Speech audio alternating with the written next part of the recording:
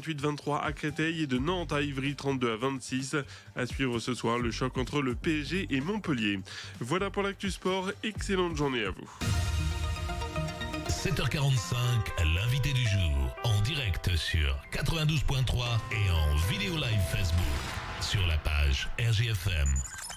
Et si vous réduisiez le volume de vos poubelles, même si vous faisiez que cette poubelle-là que vous avez peut-être devant vous dans votre cuisine, elle reste vide.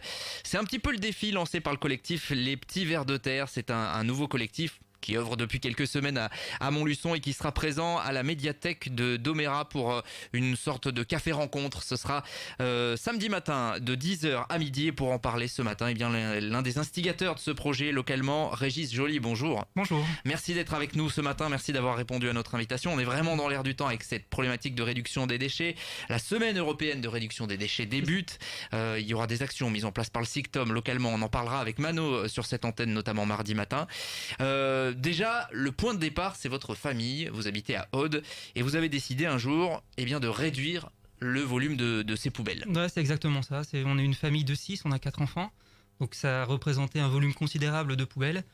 Et un jour, on s'est dit que c'était pas possible devant l'ampleur que prenaient tous ces déchets. On s'est dit qu'il fallait absolument qu'on fasse quelque chose. Il y a des petits gestes du quotidien qui sont faciles à faire. On a commencé par faire un compost.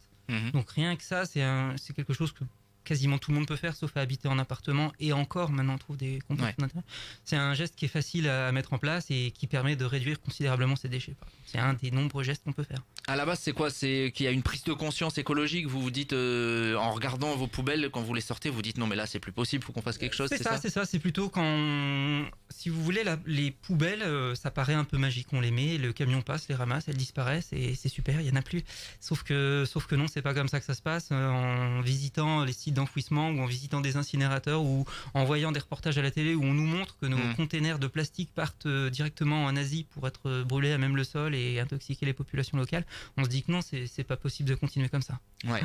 Effectivement, c'est ce qui ressort de beaucoup de personnes qui ont visité par exemple le centre de Maillet, pas très loin évidemment, qui gère sur le secteur. Et là, il y a une prise de conscience, on se rend compte vraiment de ce que deviennent nos poubelles. C'est ça. C'est-à-dire que Maillet maintenant, mais l'ancien centre d'enfouissement maintenant qui a fermé, ça représente, j'ai pas idée, mais quand on le visite, c'est vraiment une très grande surface qui pourrait être utilisée pour de l'agriculture ou de l'élevage ou autre. Ce sont des terres qui sont immobilisées, qui serviront plus jamais, puisqu'on n'a pas idée de combien de temps il faut pour que l'ensemble des déchets se dégradent. Donc, c'est une surface de terre de bonne qualité, en pleine campagne. Juste, il y a enterré en dessous énormément de déchets. Donc voilà, ça restera comme ça. On ne sait pas combien de temps. Donc il y a la prise de conscience et la volonté de se lancer dans cette opération finalement. Aujourd'hui, où est-ce que vous en êtes? La famille avec 4 enfants, pas forcément évident. Vous êtes vraiment au zéro déchet ou presque? Non. Le zéro déchet, c'est en fait un objectif vers lequel il faut tendre. C'est un objectif qu'on se donne, si vous voulez. C'est la Lune. Voilà. Et le jeu, parce que c'est quand même quelque chose qui, contrairement à ce qu'on pourrait penser, n'est pas punitif, c'est vraiment ludique. Parce que trouver des alternatives à ce que la grande distribution nous vend au quotidien, redevenir maître un peu de ses achats et de sa consommation, c'est très ludique. Acheter en vrac, c'est rigolo. Parce que on va acheter exactement ce qu'on veut et on va avoir le choix entre plein de riz différents. On va pas acheter le riz que la grande distribution veut absolument nous fourguer en mettant en avant et en vendant par paquet de 5 boîtes. Voilà. Si on parle chiffres, concrètement, aujourd'hui, vous avez réduit de combien le volume de vos poubelles? En gros, vous étiez, on a tous à peu près une idée dans le foyer. Je dirais qu'on est à un dixième peut-être de ce qu'on avait avant. Ah, c'est énorme. C'est-à-dire que, en quelques années. C'est ça. Ce qu'il faut, c'est un peu la donne par rapport à quand on a commencé, c'est les nouvelles consignes de tri.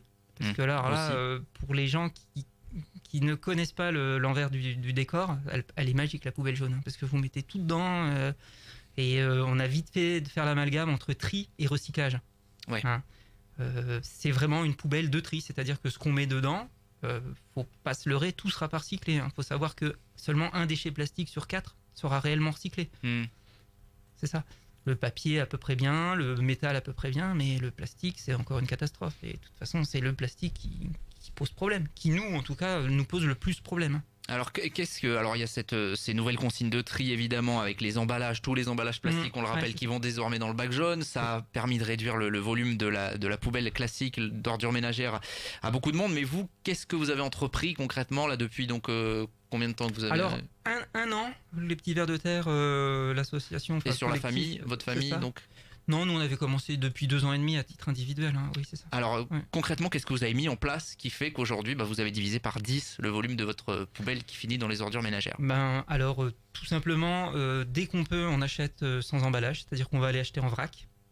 Et on va même plus loin, c'est-à-dire qu'on achète en vrac avec nos sacs en tissu. Donc on revient même pas avec le sac ou plastique ou papier qu'on trouve en magasin. Notre sac en tissu est le même qu'on réutilise la fois d'après. Donc on en a pour le vrac fruits et légumes et d'autres pour le vrac riz, pâtes, etc. Éviter tout type d'emballage. C'est ça en fait, c'est faire la chasse aux emballages.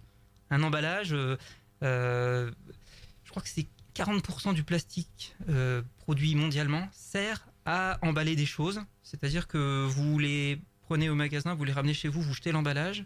Tout ce truc qui a servi 20 minutes, c'est-à-dire entre le magasin et chez vous, représente 40% de la production du plastique mondial. Ouais. Donc là-dessus, il y a eu grosse sensibilisation, vraiment gros effort de votre part. Gros effort, non. Grosse recherche de solutions. Ouais. C'est un brainstorming géant chez vous. C'est un brainstorming géant, c'est ça. C'est-à-dire que face à un emballage, on va se poser la question, tiens, celui-là, comment on pourrait l'esquiver, quoi.